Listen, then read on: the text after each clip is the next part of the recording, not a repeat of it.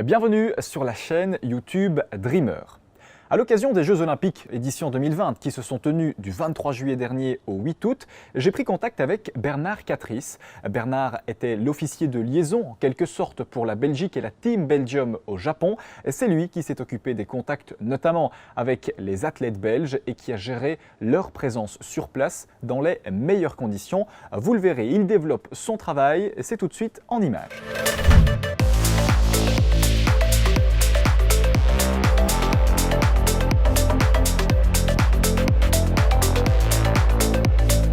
Bonjour Bernard Catrice. Alors vous êtes le directeur d'Arts Flanders Japan, une association qui œuvre au niveau de la culture flamande au Japon. Ça fait plus de 32 ans que vous vivez là-bas. Comment se fait-il que vous soyez issu de ce secteur culturel et que pour ces Jeux Olympiques qui se sont déroulés il y a quelques jours, eh bien, vous ayez été le représentant belge, l'officier de liaison en quelque sorte? Oui, comme vous dites, je mène une fondation euh, qui fait le pont entre le secteur culturel de la Flandre et du Japon déjà depuis pas mal de temps. Et donc, en cette capacité, je facilite les contacts et les projets culturels entre la Flandre et le Japon. Et donc, comme notre fondation est subventionnée par le gouvernement de la Flandre déjà depuis 1975, donc depuis plus de 45 ans, donc on a pu nous engager à long terme et profondément au Japon, donc ce qui nous a apporté un grand réseau de contacts. La nature de ces contacts sont surtout sur le plan culturel et académique, mais des fois, et plutôt à titre exceptionnel, des demandes sportives nous ont été demandées. Et donc, là, je parle, par exemple, de ce qui s'est passé en 2002, je crois. C'était lors du World Cup Soccer Japan-Korea. Et donc, là, on a reçu les Diables Rouges au Japon. Donc, on a préparé leur visite ici au Japon. Et donc, ça nous a déjà donné un premier goût. Et donc, par après, je crois que c'était en 2007, c'était à Osaka.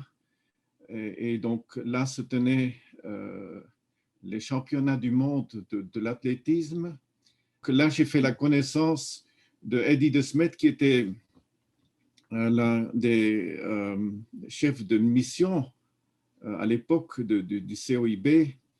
Et donc, c'est grâce à lui que j'ai eu contact avec la COIB et que maintenant, avec les Jeux de 2020, donc ils ont de nouveau me contacté. Et donc, parce ils savaient que peut-être on pouvait être utile et on pouvait leur donner quelque chose de surplus. Notre fondation font des contacts de nature culturelle et académique, en fait. Et vous venez de parler du COIB, Bernard, et pour que nos téléspectateurs comprennent, le COIB, c'est donc le Comité olympique et interfédéral belge qui regroupe les différentes fédérations sportives du pays. Bernard, concrètement, quel était votre rôle concret sur place? Quel était votre rôle précis, en quelque sorte? Quelle était la définition de vos tâches? Notre intervention est sur différents plans, donc le choix des lieux, les infrastructures sportives, les contacts avec les autorités. Un rôle très important, je crois, et aussi la communication avec le Japon. Parce que donc, il y a non seulement la langue et la culture, mais donc il faut pouvoir la lire. Donc, on les aide à mieux naviguer C'est ça. donc cette culture et de les assister à obtenir de meilleurs résultats. Durant ces Jeux, comment se sont déroulés les contacts avec les sportifs sur place? Disons, ici au Japon, donc il y a il y a deux lieux différents. Il y a les pre-camps, donc les camps préparatifs qui se tiennent à Ibaraki, à Mito.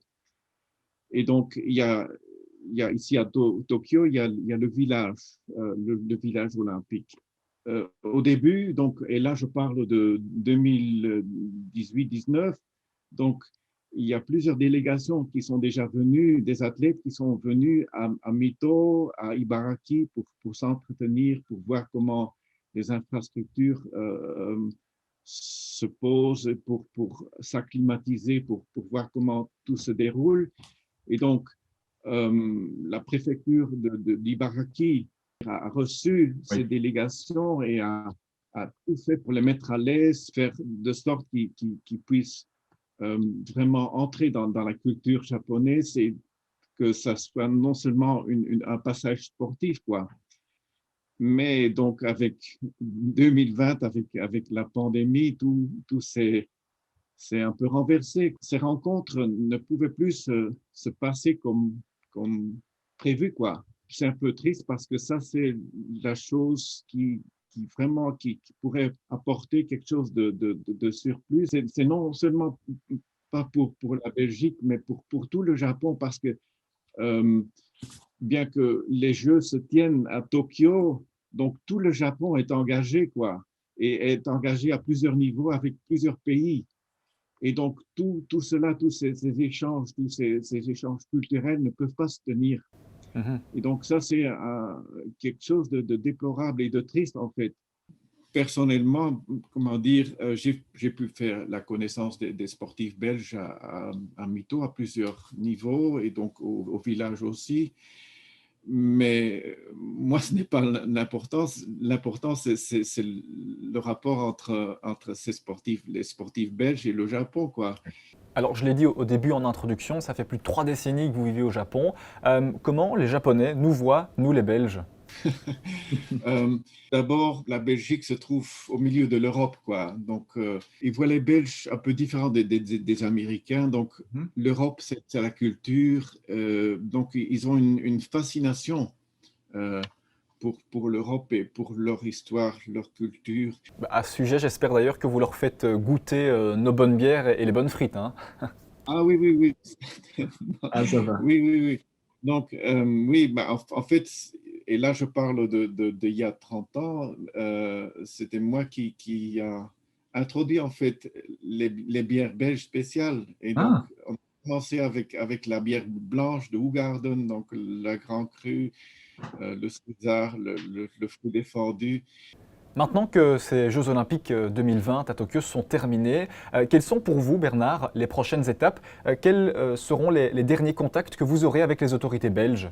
Il n'y a pas d'engagement très spécifique, mais j'espère quand même pouvoir communiquer donc ce qui s'est passé et ce qu'on a pu expérimenter parce que c'est quand même une période très, très spéciale. Mhm. Ensemble avec le COIB, je crois qu'on doit remettre aux autorités euh, ce qu'on a appris envers cette crise et cette événement qu'on a mis sur pied. Et là, je parle aussi bien du gouvernement de la Flandre que le gouvernement fédéral. Donc, il y a notre ambassade ici à Tokyo, les contacts avec GOC, donc la IOC ici au Japon. Je crois qu'il y a pas mal de choses, de leçons à tirer de cette campagne.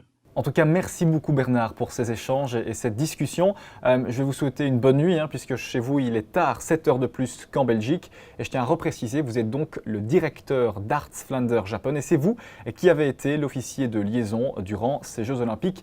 Merci beaucoup Bernard Catrice et à très vite. Merci beaucoup, oui, avec plaisir.